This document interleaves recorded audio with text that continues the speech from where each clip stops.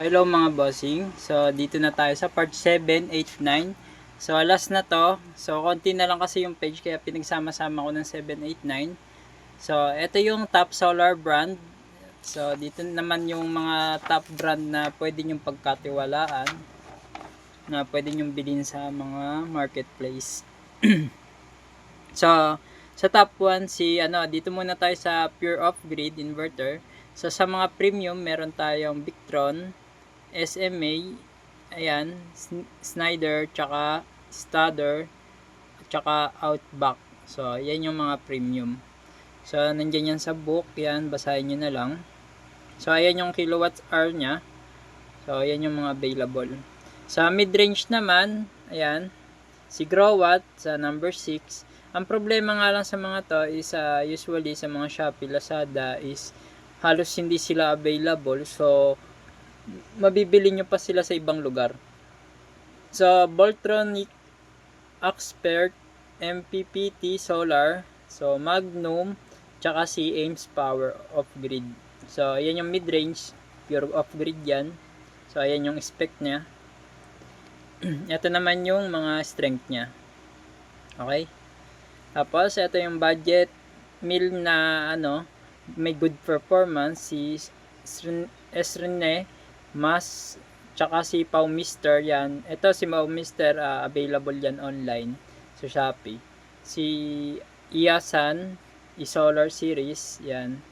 Felicity, sa heavy duty budget of grid sa top 16 to. So, pares lang rin naman yan dito sa budget meal, pero siya, nasa top 16 siya. Si Sandom, nakapasok siya sa top 16. Tapos, sa industrial naman, yung pang maramihan na maramihan yung gawa niya. Ito yan, si Victron 4, Isma, yan, yan, Outback. So, meron silang mass na production nito para sa industrial. So, next naman natin, ayan naman, para sa hybrid inverter, tsaka on-grid. So, check nyo na lang yan. Yan. Nandyan rin yung mid-range. Ito.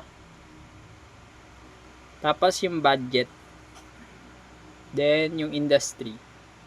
So, yan yung pagkasunod-sunod. So, simula top 1 hanggang pinaka-last.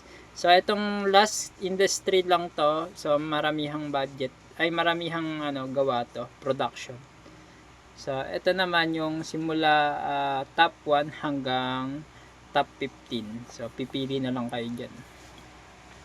So, next naman natin, si battery. Ayan yung top 1, top tier.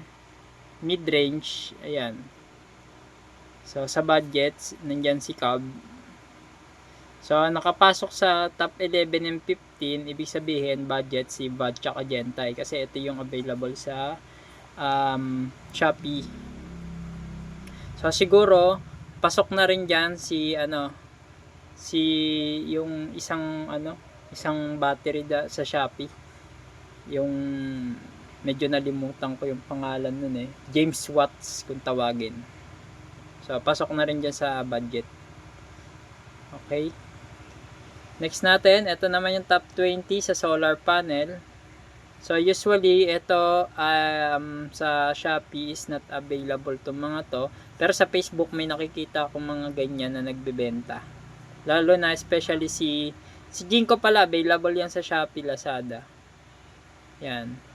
Tapos, si AE Solar naman is merong supplier siya dito sa Philippines. So, etong mga nasa premium, usually, nasa ibang bansa kasi to. Or dun sa factory nila mismo, o-order ka. Kasi medyo may kamahalan yan. Ang lagi lang available dito sa Pilipinas, kung hindi yung budget, yung mid-range. Okay? Ayan. Tapos, dito na tayo, next page naman. So, ito naman yung MPPT external. So, ito yung mga top brand simula top 1. Ayan. Srine rin, no? Top 7 siya. So, may nakikita kong MPPT Srine sa Shopee. So, ito mga to, ito Sandom, nakapasok siya, top 17. Si Pau Mister, top 20 lang. Ayan. Okay, si One Solar, kung tutusin, ano rin yan eh. Kumbaga, parang mas gusto ko si Pau Mister kay One Solar eh. Ayan. Okay. Ito yung bansa niya, kung saan siya ginawa. So, China. Ayan. So, okay na tayo dyan. Hindi ko na di-discuss masyado isa-isa. So, ito naman yung top brand ng MCB tsaka RCBO. Ayan. Ito SPD. Yan, nandito naman siya sa kabila. So, RCB, MCB, isa lang naman yung brand niyan. So, ayan yung top 1. So, sa atin, mostly ang available dyan, ito. Ayan. Si, Royu, Chin, yan, CNC. Yan yung 4. Okay? Ito naman yung sa, ito naman yung available sa atin, karaniwan, sa budget. Yan, kaya nakalagay dyan, most popular in the Philippines. Pasok siya sa budget. So, yan. So, popular, well-known brand in the Philippines. Ito yon, yung mga kilala sa brand. Okay?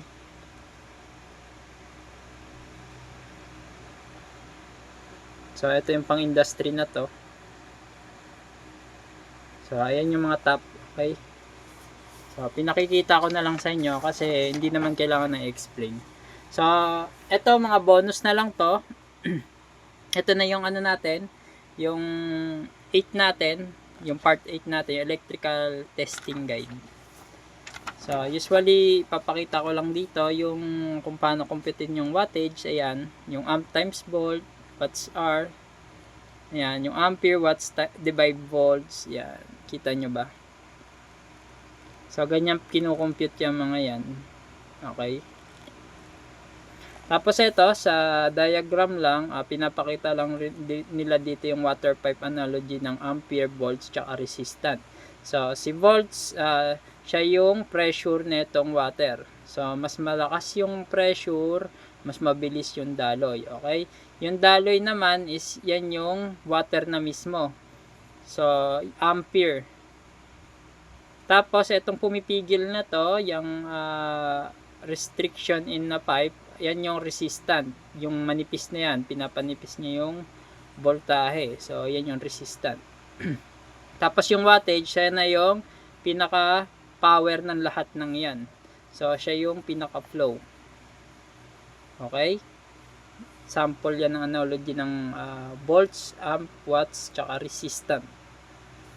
So, ito na yung tester na tayo guys. Yan. AC voltage. Ito yung sign niya. DC voltage. Yan. So, explain natin isa-isa yan. Tsaka kung paano gawin. So, 2 page na lang to. Yan. Dito na tayo sa next page.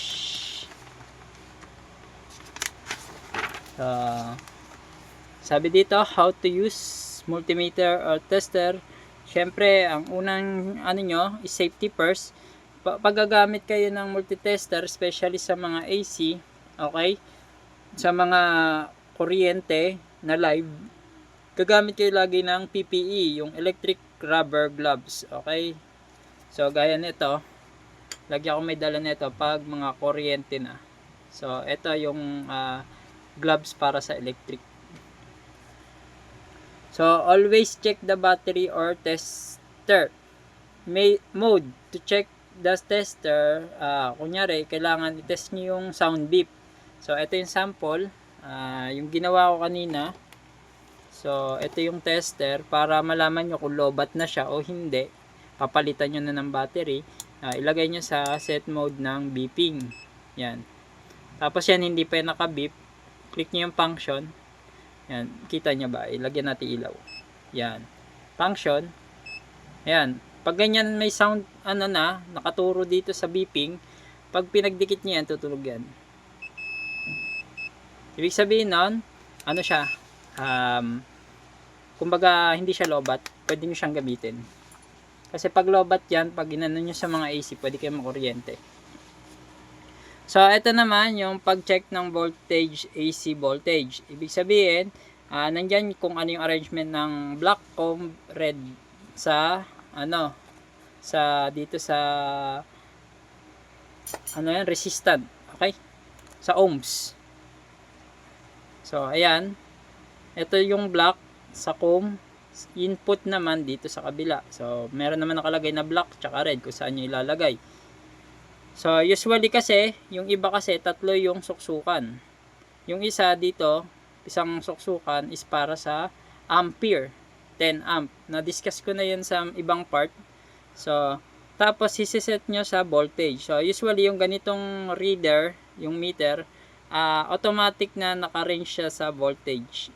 So, ito kasi, nakalagay dito sa setting. So, yung ibang tester kasi, merong setting na 250 hanggang 700. So, kung ang kukunin nyo is voltage na 220 volts, set nyo yung voltage na medyo mas mataas. Pag hindi kayo sure, set nyo muna sa pinakamataas na voltage. Okay? Hanggang 700 voltage. Especially sa DC. So, may DC rin kasi dito, pero automatic na siya nakikita. So, hindi ko na kailangan iset kung anong voltage yung ito na kasi yung mga bagong ngayon, tester. Hindi na kailangan i-set ng mas mataas. Automatic nakaset na siya. Ilalagay mo na lang yung test robe. So, sabi dito, put the tip on the black and red probe into a socket. So, ibig sabihin yan, sa AC, yung socket, irerekta mo na siya. Yung voltage ng AC, isiset lang natin sa voltage ng AC, gaya nito. Lagay mo dito. Yan. Tapos, ilalagay mo na siya sa socket. Itong positive and negative, okay lang kahit magkabaliktad.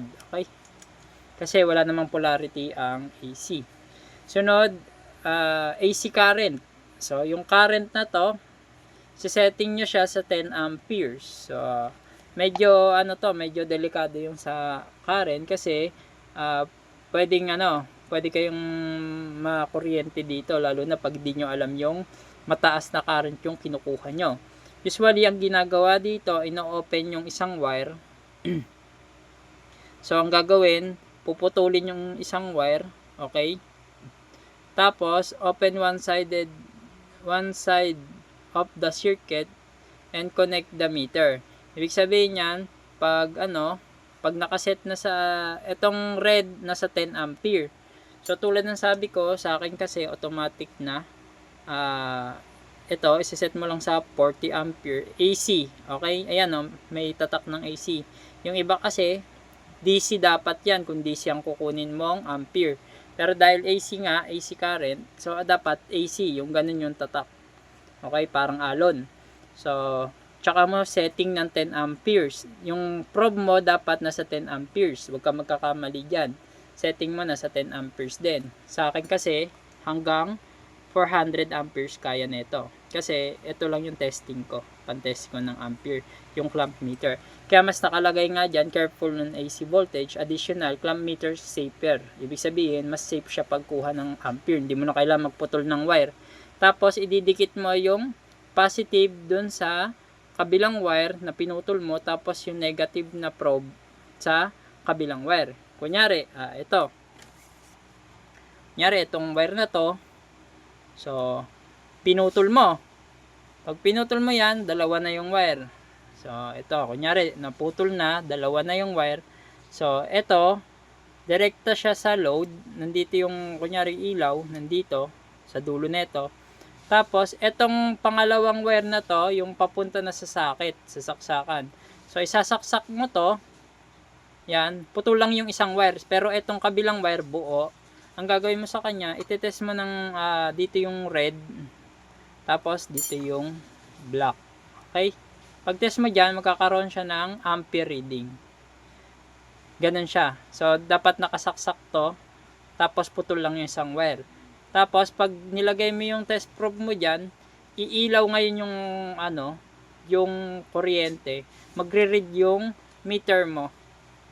Okay? Magre-read siya. Puputulin mo lang yung isang wire dun sa kunyari may ilaw, buo yan, nakailaw siya, pero pag pinutol mo siya, syempre wala siyang ilaw. Pag kinabit mo to, iilaw yan. Kasi dadaan yung current dito sa loob ng meter. So usually, sa clamp meter, mas safe siya kasi hindi mo na kailangan magputol. Gaganto mo na lang siya. Clamp mo siya, magre-read siya. So, wala kasi ako ditong sample ng pang live wire. So, basta kinaklamp siya. Pag lagay mo dito sa 40 amperes, pag clamp mo, automatic magre-read na siya. So, dito naman tayo, same rin ang procedure dito sa DC current. Pero dito naman, sa battery naman siya. Battery to load. Okay? Pag DC kasi, usually, battery dapat ang kinukuha mong current. Or, yung mga DC output. Okay? Ang mangyayari sa kanya, same rin, puputulin mo rin yung wire. Kung hindi ganito yung tester mo, lilipat mo sa 10 ampere. Tapos, dapat yung 10 ampere is DC. Okay? Tapos, pagkaputol mo nun, ilalagay mo yung red sa kabilang wire, doon sa naputol mo, tapos yung black sa kabila rin. Tapos, gagana na yung load. Same lang rin na So, kailangan, mas safe yan pag ginawa mo. Pagkaputol mo ng wire, kailangan nakatanggal muna yan sa socket. Putol yan. Ngayon, ang gagawin mo is, nakakabit na agad to. So, nakakabit na agad yan sa wire. Tapos, pag saksak mo, so, iilaw yan. Pero mas safe pa rin talaga kung gagamit ka ng clamp meter. Next naman natin is ito. Ito yung sample, yung gaya ng sinabi ko. Pinutol niya yung wire. So, sa AC source, ayan, yung neutral nakakabit doon. Tapos, yung isang wire putol. Ito yung tester. Tinest niya ng red tsaka black. Okay, iilaw yan, magre-read yung tester. So, meron pa pala sa taas, ito yung milliamperes. So, pag alam nyo 1 amperes lang yung kukunin nyo, siset nyo ng milliamperes. Kasi pag dito kasi, amperes lang yung binabasa niya sa DC current. So, ito. Katulad nito. So, per amperes. Ito kasi, kaya niya mag-read kahit 1 amperes pababa. So, pero pag dito, isiset nyo muna yung meter nyo ng milliamperes. Ibig sabihin, pag 1 amperes kasi yung ginamit nyo or 10 amperes, may siset nyo yan, 10 amperes, hindi niya ma-read yung milliamperes. So, may mga ganun tester. Pero yung mga katulad ng sa akin is, advantage niya, hindi mo na kailangang iset, basta nasa amperes na siya. Tapos, battery, ito, yung negative niya, diretso, yung positive, putol. Ayan, magre-read na siya. So, ganun lang. So, voltage, ayan, DC voltage, same lang rin, i-set mo ng DC voltage. So, yung black sa red, tapos, sisetting mo siya sa voltage, same lang rin. Ito yung voltage. So, ayan, V, tapos, ayun yung pang DC. Okay? So, pag set mo nun, ilalagay mo na sa positive yung positive, negative sa negative. So, dito may polarity to. So, yung red sa positive ng battery, yung etong black sa negative. Okay?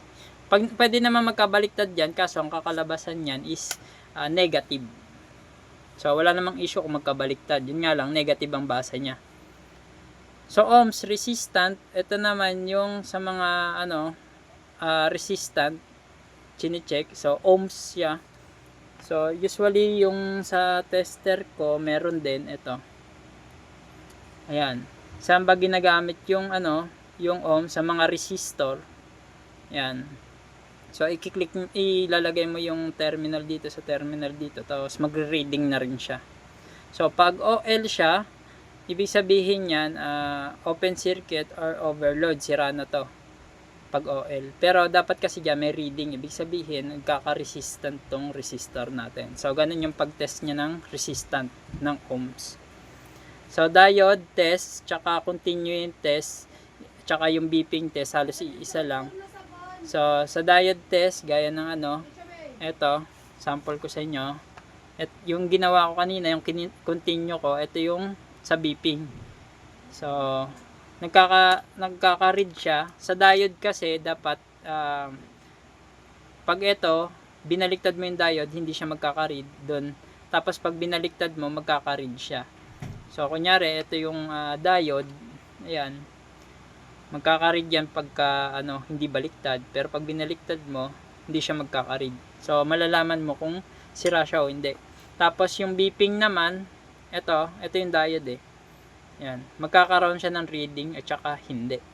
Tapos, dito naman sa beeping, usually, tutunog siya. Okay? Tutunog siya. Parang sa diode test rin, tutunog siya. Tapos pag binaliktad, hindi. So, halos pare-parehas lang sila. So, itong beeping, ginagamit siya sa wire kung putol o hindi. Tapos, ginagamit rin sa breaker, yung tulad ng sabi ko, kung tutunog o hindi. So, kung may connection siya. So, ito yung capacitant naman sa capacitor. Malalaman nyo kung ilan yung capacity ng capacitor nyo. Yan. Microfarad. So, naka-ano na rin dyan. So, ganun lang yung paggamit ng tester. Siset nyo lang. So, last page na tayo guys. So, let's practice build up grid 24 volts. So, ito na yung pinaka last part natin. So, susubukan natin mag-build ng 24 volts na off-grid base dun sa mga natutunan nyo. So, una, syempre, alamin nyo yung peak load. Okay? So, ang peak load niya is 2,000 watts. Okay? Ibig sabihin, lahat ng load niya, na-compute niya para sa off-grid niya is 2,000 watts. So, ang off-grid inverter niya, ang brand niya is Growatt.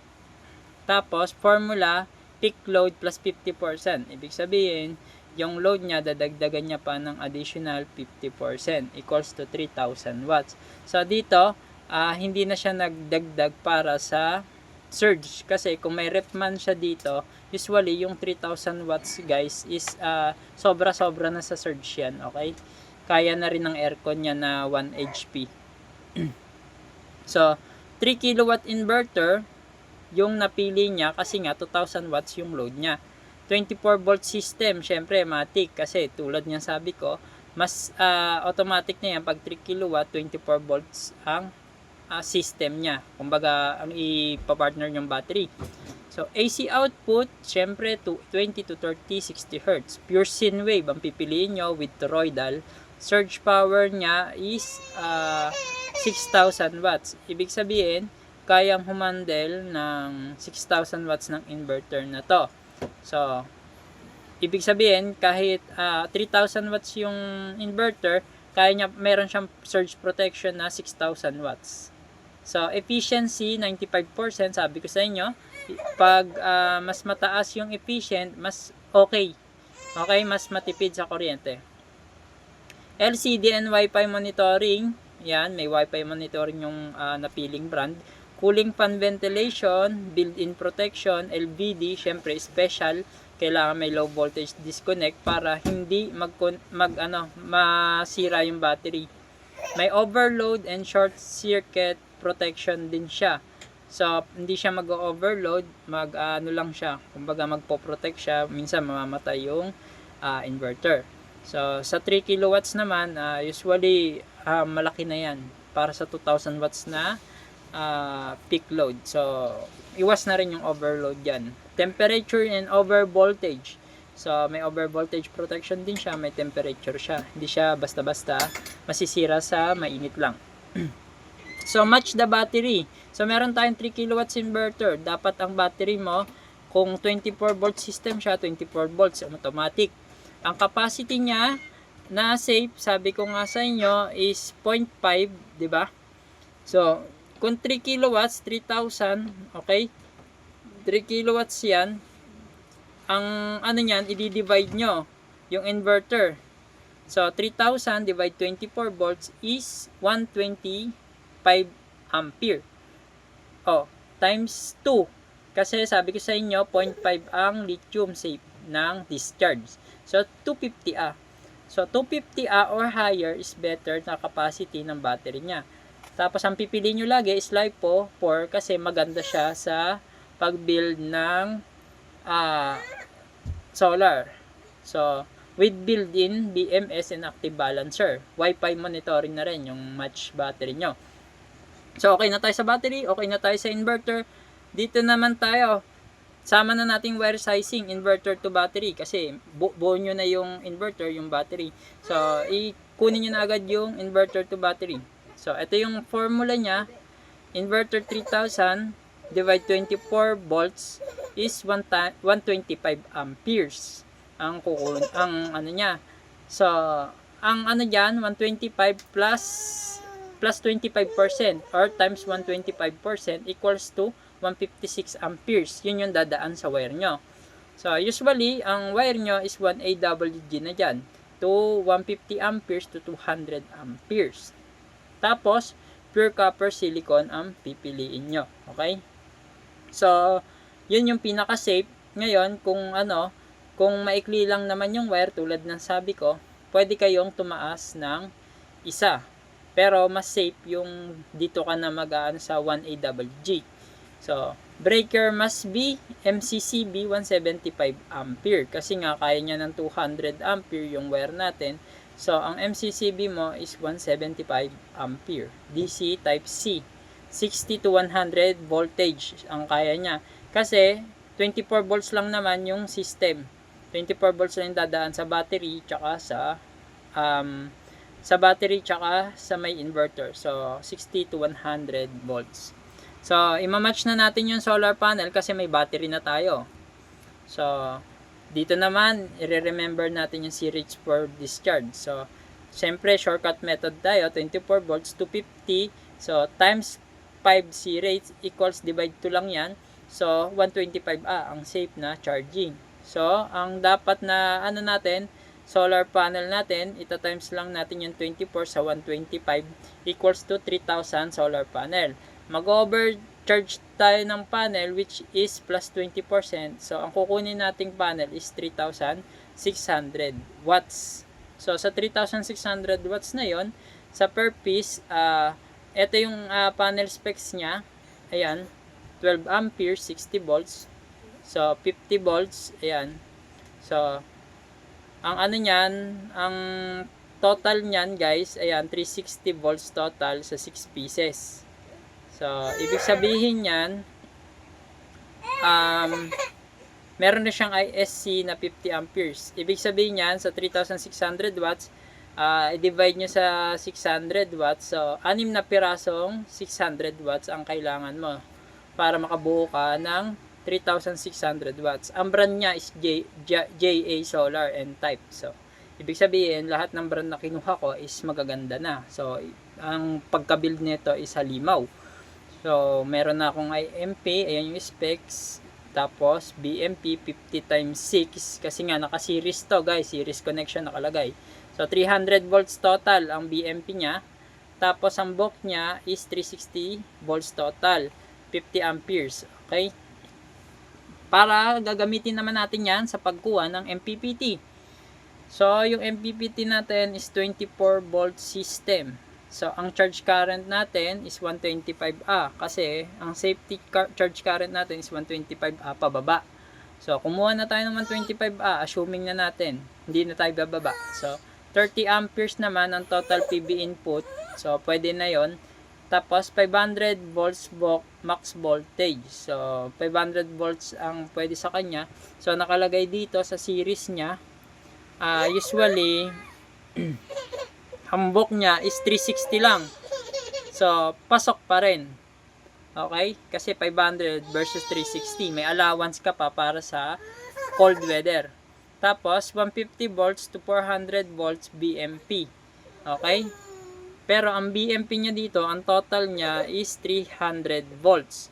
So, pasok pa rin siya. May allowance ka pang 100 volts para sa cold weather. So, protection, meron siyang protection, may HBD, so high voltage disconnect pag na siya, over voltage na yung battery. So, HBD ang pinakamahalaga, may short circuit, may temperature, tsaka reverse polarity. Okay, pag napagbaliktad niyo yung positive negative, so hindi agad masisira yung MPPT. So, ang brand niyan ay Rene.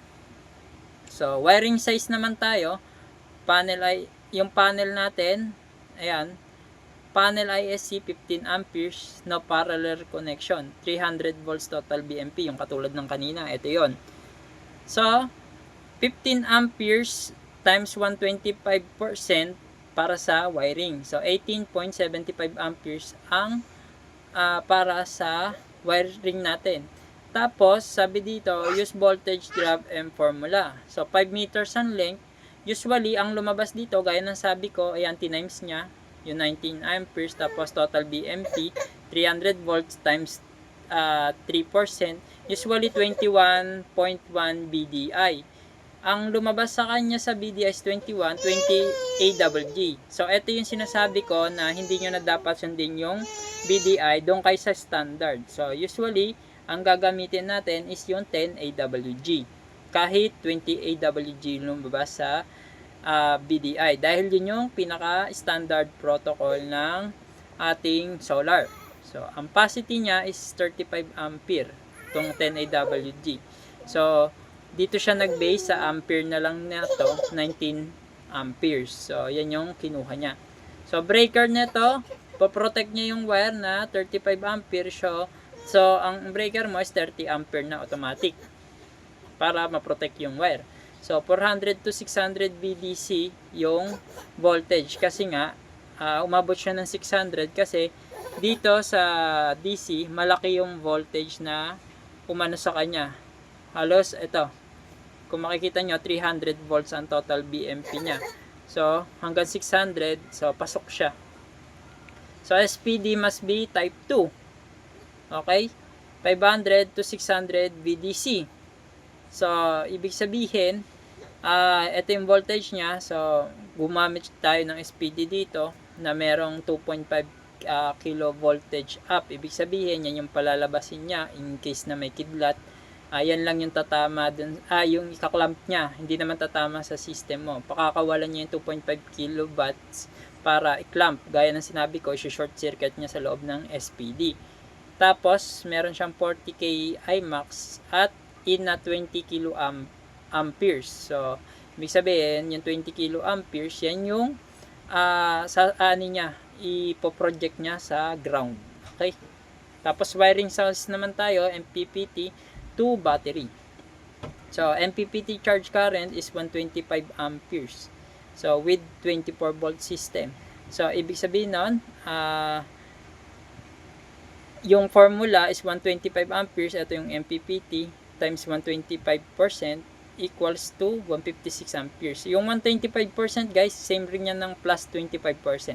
So, 156 amperes ang lalabas dyan. Ibig sabihin, ang wire mo is 1 AWG dyan para sa MPPT to battery.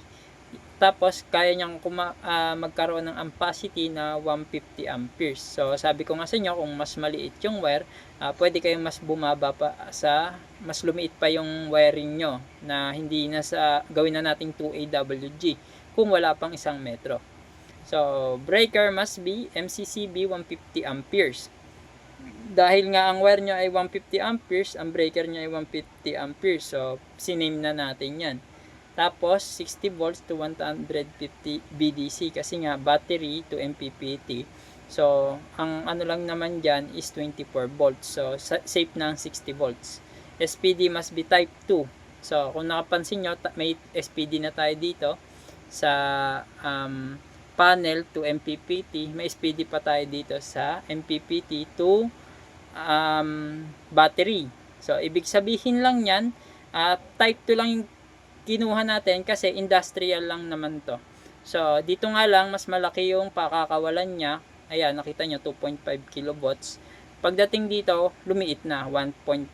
So, bali, ang gagawin na lang ng SPD dito is, yung natira, siya na lang yung sasalo. So, wiring size inverter AC out, ayan, last na tayo. So, usually, 3,000, divide yan, divide 220 voltage AC equals to 13 or 14 amperes na to. Plus times 125% or plus 125 or 25% equals to 17 amperes. Ibig sabihin, yan yung puproduce ng inverter to AC, 17 amperes sa 3,000 watts. So, wiring nyo dyan, dapat 10 AWG, 35 ampacity. So, pure copper. So, ibig sabihin, kaya nyo na yung 17 amperes. Tapos, ang breaker nyo is 20 amperes lang. Para dito, medyo malapit sa 17 amperes. AC type C, 230 to 300 voltage AC. So, recommended din ang RCBO. Ito yung RCBO, nilagyan niya ng RCBO. So, 30 amperes AC. Ibig sabihin, nilagyan niya ng 30 amperes, yun yung pwede siyang trip kapag 30 amperes na. Tapos 30 residual current, so safe sa tao pag nakuryente, kusang nagki-clip. So type A, so 230 to 300 voltage AC, volts rating, 2 poles. Yan yung So yun, nakabuo na tayo ng 24 volt system. So thank you sa pakikinig.